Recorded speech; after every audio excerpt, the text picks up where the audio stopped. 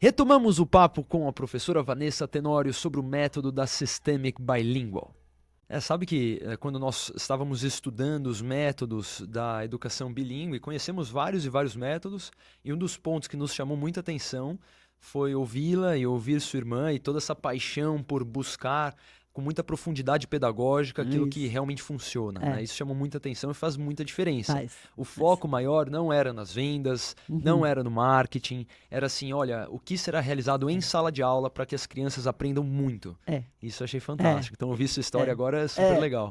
Exatamente isso. Então, por muitos anos, a gente ficou, porque você vê, a gente começou em 2002. Esse boom de educação bilíngue, ele só veio lá por 2017. Aham.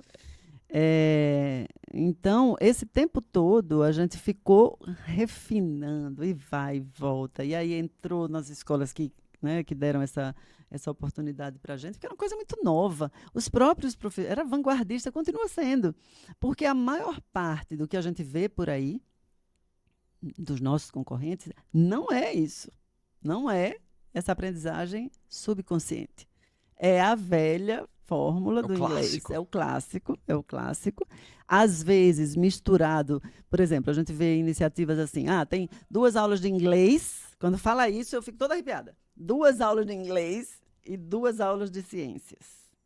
Nossa Senhora, não podia estar mais distante do que a gente propõe. Aham. Porque a gente propõe que isso seja integrado, completamente integrado. E a língua como instrumento. E a língua como instrumento. E aí você vai trabalhando isso de maneira integrada. Não é simples o conceito.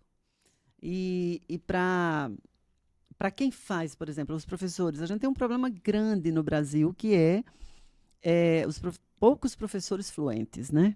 Então, os professores que são habilitados eu digo oficialmente, que tem, por exemplo, o curso de letras ou o curso de pedagogia, mas esses cursos não os dotam de fluência. Então, se eles não entraram lá já falando, vão sair sem falar, porque não existe essa, né? E o curso não é dado em inglês, é dado em português.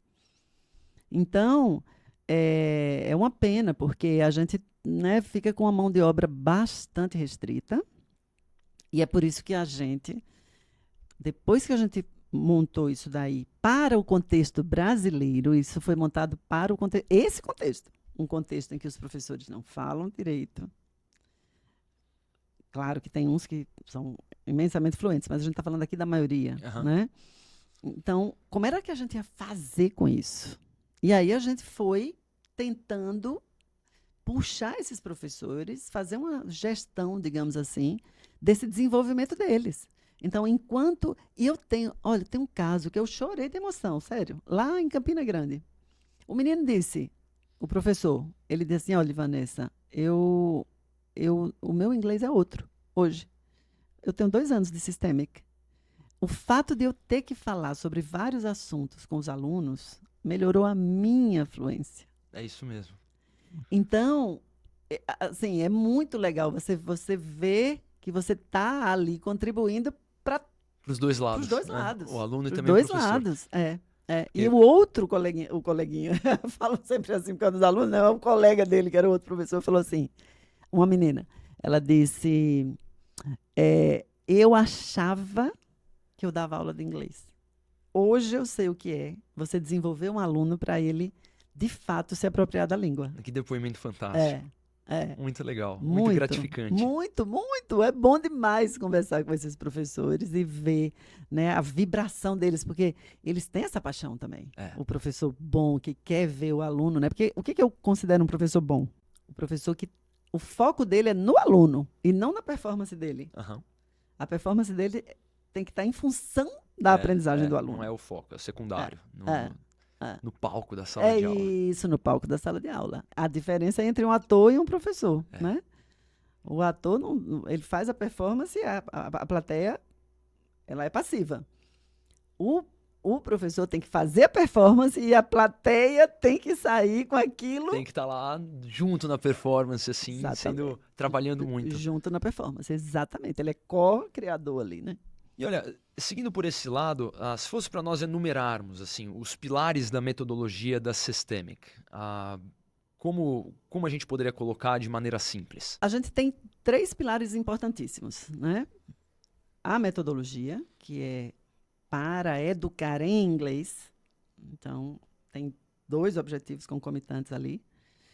E o segundo pilar, esse material que a gente desenvolveu, ele é desenvolvido para funcionar com essa metodologia. Então, metade da metodologia está lá no material, mais precisamente no plano de aula, e a outra metade nas técnicas de sala de aula. Ok. E o terceiro pilar, que é o terceiro, last but not least, né? É o terceiro, mas provavelmente é o mais importante deles, que é justamente essa gestão dos professores, desse desenvolvimento dos professores, tanto o linguístico quanto o pedagógico. Porque essas técnicas não são técnicas, como é que eu digo, banais. Você tem que prestar atenção no que você está fazendo, mas principalmente no que isso está gerando no aluno. Então, é um constante olhar, né, para essa interação. E a interação, ela tem que estar direcionada para o aluno usar a linguagem ali que precisa ser usada, mas para construir o outro conhecimento. Olha como é, né? Não é tão simples quanto simplesmente aumentar o número de aulas e o aluno vai sair falando inglês. Não, de jeito nenhum. Não é tão simples. Inclusive, você pode aumentar o número de aulas. Se você não fizer bem feito, vai ser mesmo que ter uma. Não vai adiantar nada.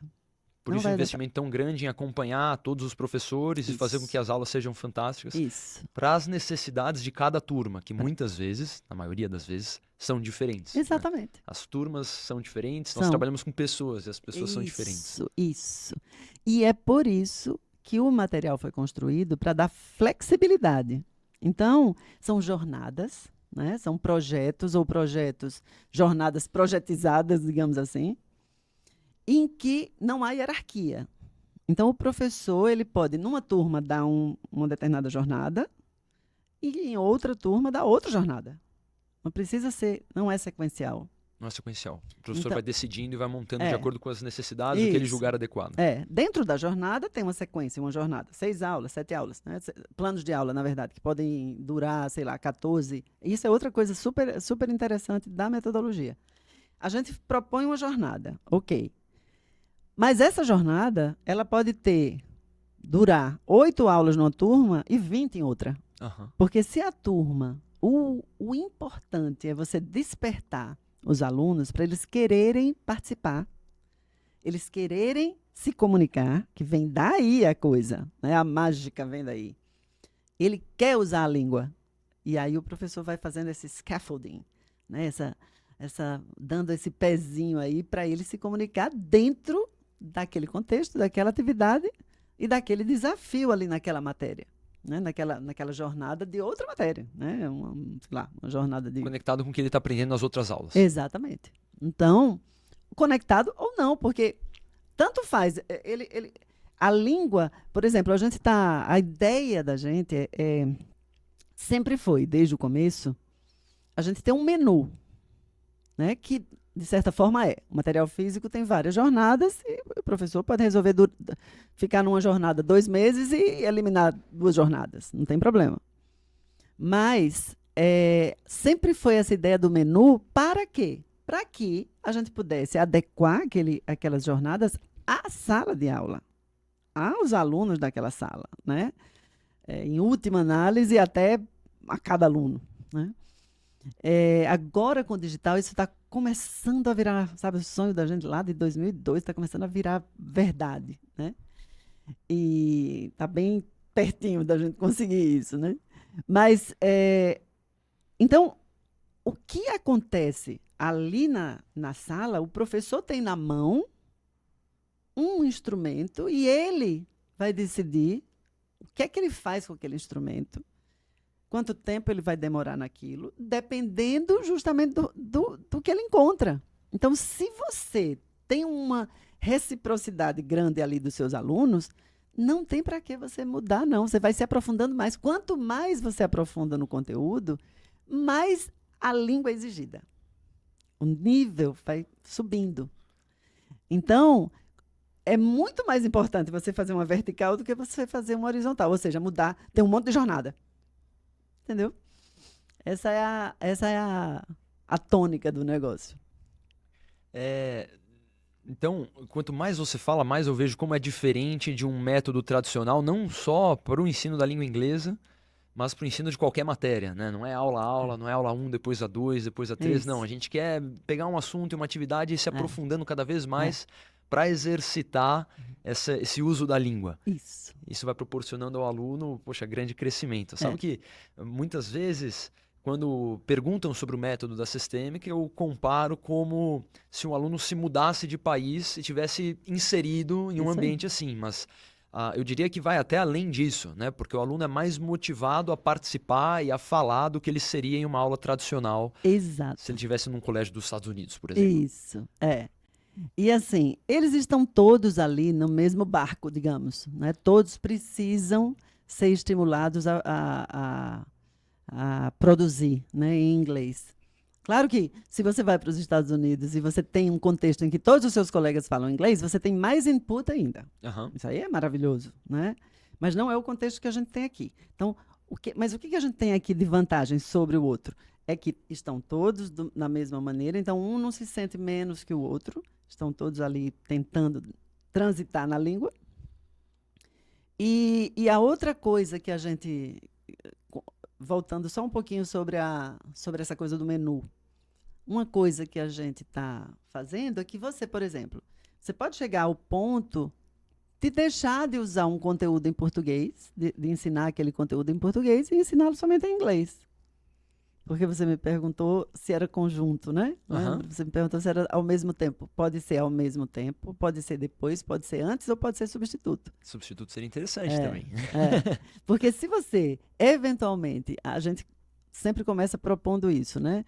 Vamos fazer aí 5 aulas que é fácil de você colocar. Não tão fácil, mas é mais execuível, né? Você colocar no seu currículo, no seu currículo. Mas... se a gente quiser ir aumentando esse número de aulas, a gente pode aos poucos ir. Alguns conteúdos a gente ir tirando do português e deixando só no inglês. Passando para a língua inglesa. Isso. Interessante. E aí você vai aumentando o uso da língua, porque tem mais horas, e aí vai ficando cada vez mais natural para o aluno, fazendo cada vez mais parte do seu dia a dia. E falando, como o método é bastante diferente, como você acredita que é uma boa maneira de nós medirmos a evolução dos alunos? Isso aí, isso é outro desafio. Não pelo que a gente faz, mas pelo que, por exemplo, os pais estão acostumados. Pelas expectativas. Pelas expectativas. Então, qual é a expectativa tradicional em um colégio que trata o inglês como uma disciplina? Você fazer provas, em geral, de gramática, você tem o assunto, você estuda o assunto, você vai e tira 10 na prova. Tem a nota, aprendeu ou não. Tem a nota, aprendeu ou não. É isso. Aprendeu, mas que aprender é esse, né? Então, esse aprendeu está longe de ser falar inglês. Aquilo que a gente realmente usa. Exatamente. Então, é realmente desafiador o cenário, né? Mas o que a gente tem a nosso favor? A gente tem a própria produção oral do aluno, porque o foco da gente sempre é, no começo, principalmente no oral. Na oralidade, que é o que você não consegue.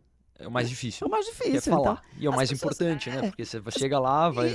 As pessoas estudam 500 anos, né? Nas próprias escolas de inglês, como a minha escola, que antes fazia só desse jeito também, da melhor forma possível. Eu não estou dizendo que as escolas não fazem bem, não. Elas fazem. Mas se elas escolherem esse caminho do tradicional, é um caminho muito mais difícil. E dói. Porque dói você sentar, estudar, decorar e treinar. A proposta é outra. É que as crianças e os pré-adolescentes que começam e vão lá não precisem desse esforço gigantesco.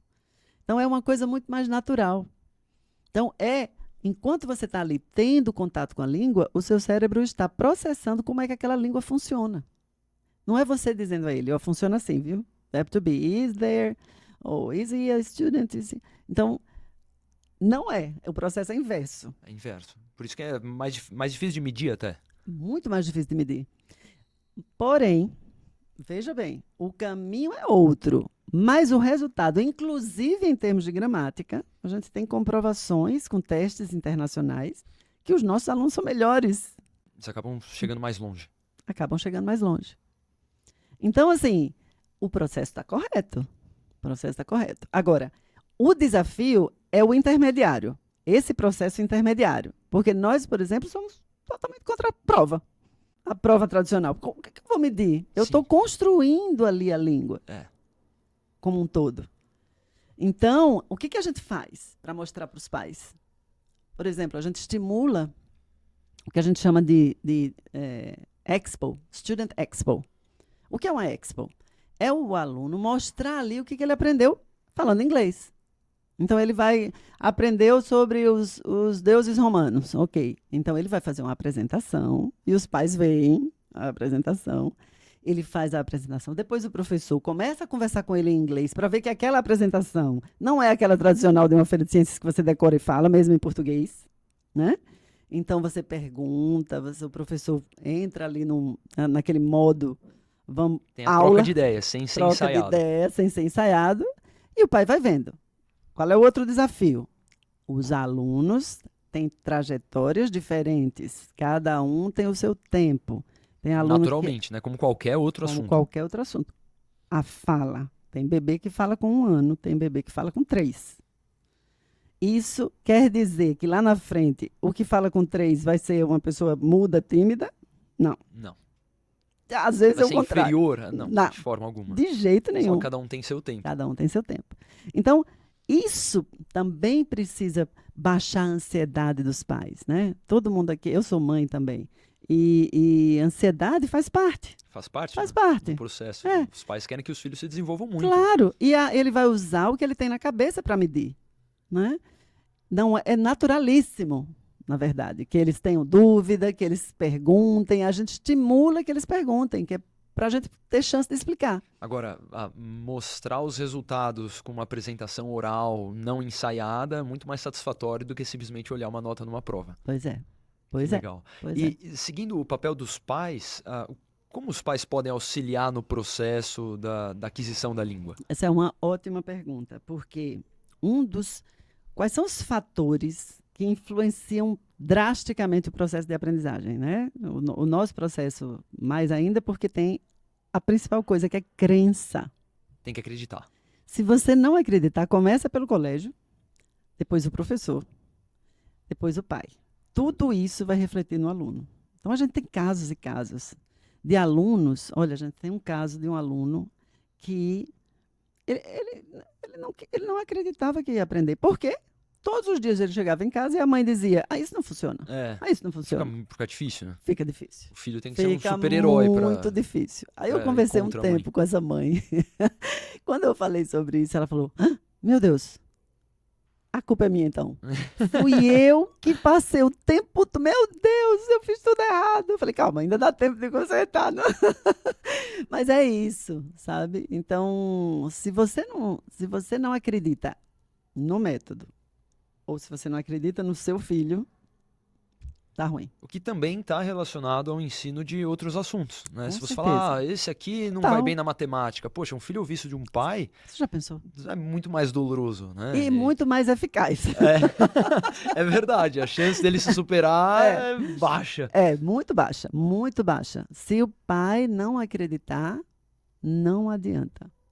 Se o pai não acreditar no filho, ele vai ter muita chance de não conseguir. Então, para contribuir para essa jornada, o pai tem que se mostrar muito positivo e falar, olha, a trajetória é assim, continue firme, você vai chegar longe. E assim, qual é a base do método? Exposição, a língua natural. O que é ótimo? Assistir TV. Hoje em dia, você liga a TV e você está diretamente vendo a língua usada naturalmente. É bastante fácil de encontrar. Muito fácil. Então, você tem TV, você tem YouTube, você tem o que você quiser. Joguinho. Uma vez eu tive um aluno, logo no começo do Systemic, eu disse assim, meu Deus, onde é que esse menino arranjou esse vocábulo?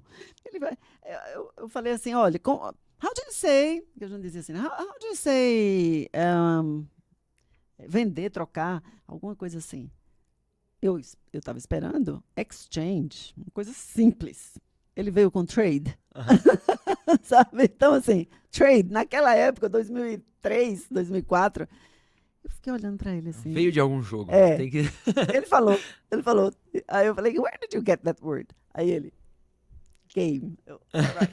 Então, o game, se for todo em inglês, vale muito. Contribui bastante. Contribui muito. Ler, hoje em dia pouca gente lê, né? Porque tem muito vídeo, muito estímulo, né? Multimodal. Então, você só lê, você precisa cultivar isso, né? Que vale a pena cultivar. Mas eu tinha uns alunos assim que eram... Quando eu via aquele inglês maravilhoso, eu procurava saber mais, né? Um desses alunos, ele leu tudo de Harry Potter em inglês. Nossa. Tudo. Ele se aprofundou. Então, o inglês dele era lindo. Então, não é uma... Aí as pessoas dizem, porque tem uma aptidão. Mas leu Harry Potter 7 livros. Aqui tem uma ótima notícia para quem acha que não tem aptidão. E criança. Criança, né? Porque o adulto já tem outras implicações, porque são psicológicas. Tem nada a ver com a aptidão, é psicológico. Para esse método, esse tipo de abordagem, você não precisa ter aptidão. Você só precisa viver a língua. Se solte. É isso. Para a outra metodologia, que a gente disse que pode funcionar, funcionou para mim, funcionou para você, o que acontece? Você precisa ter aptidão. E você precisa sentar e estudar. Requer mais esforço. Requer muito mais esforço. E, de fato, a pessoa que tem uma aptidão linguística maior vai se dar melhor. Por quê? Ou gosta da língua, gosta de estudar aquilo. Ok, vai se dar melhor, né? Tem vários fatores, mas a aptidão para as crianças não é a principal questão. A principal questão é realmente vivenciar aquilo que está sendo colocado e o pai não ficar dizendo em casa ou a mãe que não funciona. Esse é bastante importante. Vanessa, olha, fantástico conversar com você, saber um pouquinho mais sobre a história de uma grande educadora, tudo que estamos construindo. Obrigada.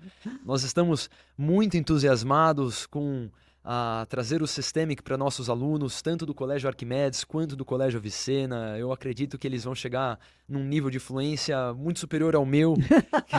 Eu me dediquei bastante para estudar, mas confio muito de que será diferente. Será diferente, mais natural. A trajetória vai ser um grande presente. Estamos muito orgulhosos. Que bom. Nós também estamos de ser parceiros de vocês, viu? Eu agradeço muito por nossa conversa. Muito obrigado. Obrigada. Eu que agradeço. Obrigada.